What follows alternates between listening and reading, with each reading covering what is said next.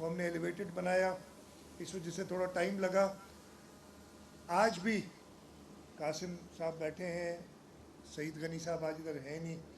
इन्होंने मुझे वादा किया था कि मई में इफ्तिताह कराएंगे, 1 महीना लेट हो गए, लेकिन चलें ठीक है, आगे माफ़ी नहीं है। 31 दिसंबर को इसको हमने काठोड़ तक M9 तक खोलना है, और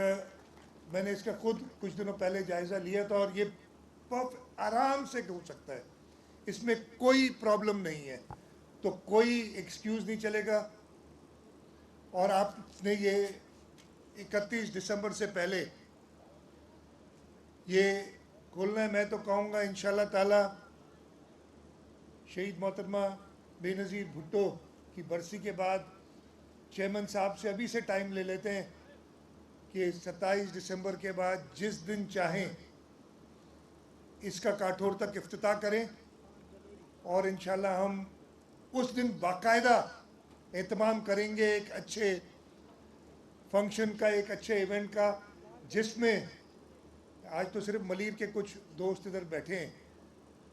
पूरा कराची बल्कि पूरा सिंध, इसलिए कि ये रोड जो बनेगा ना, इसको मेरा भी फ़ायदा है। मैं गांव जाऊंगा,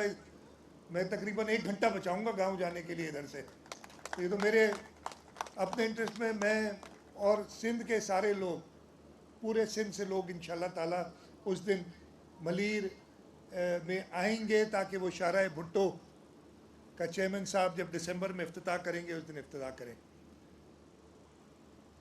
मैं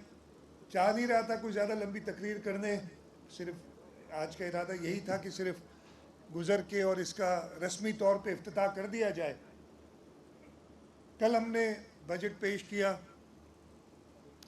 और कुछ खदशात, और मुझे बड़ी हैरत हुई, और आज मैंने सुबह पोस्ट बजट प्रेस कॉन्फ्रेंस की थी, उसमें भी कहा था कि एक डॉक्यूमेंट को पढ़े बगैर, ये बड़ा, वैसे ये फ़न अभी तक मैंने नहीं सीखा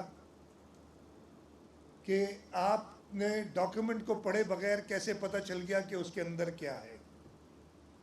लेकिन कल ऐसे ही कुछ हुआ। और मुझे नहीं पता था वो एहतजाज किस चीज़ पे कर रहे थे, इसलिए कि एहतजाज तो, या जो पहली बात तो उनकी थी वो थी जो इसराइल की दहशतगर्दी है, जो हमारे पड़ोसी मुसलमान मुल्क ईरान पे उन्होंने परसों बमबारी की थी। एक समंदर खंगालने में लगे हुए हैं, वो एक समंदर खंगालने में लगे हुए हैं, हमारी कमियां निकालने में लगे हुए हैं।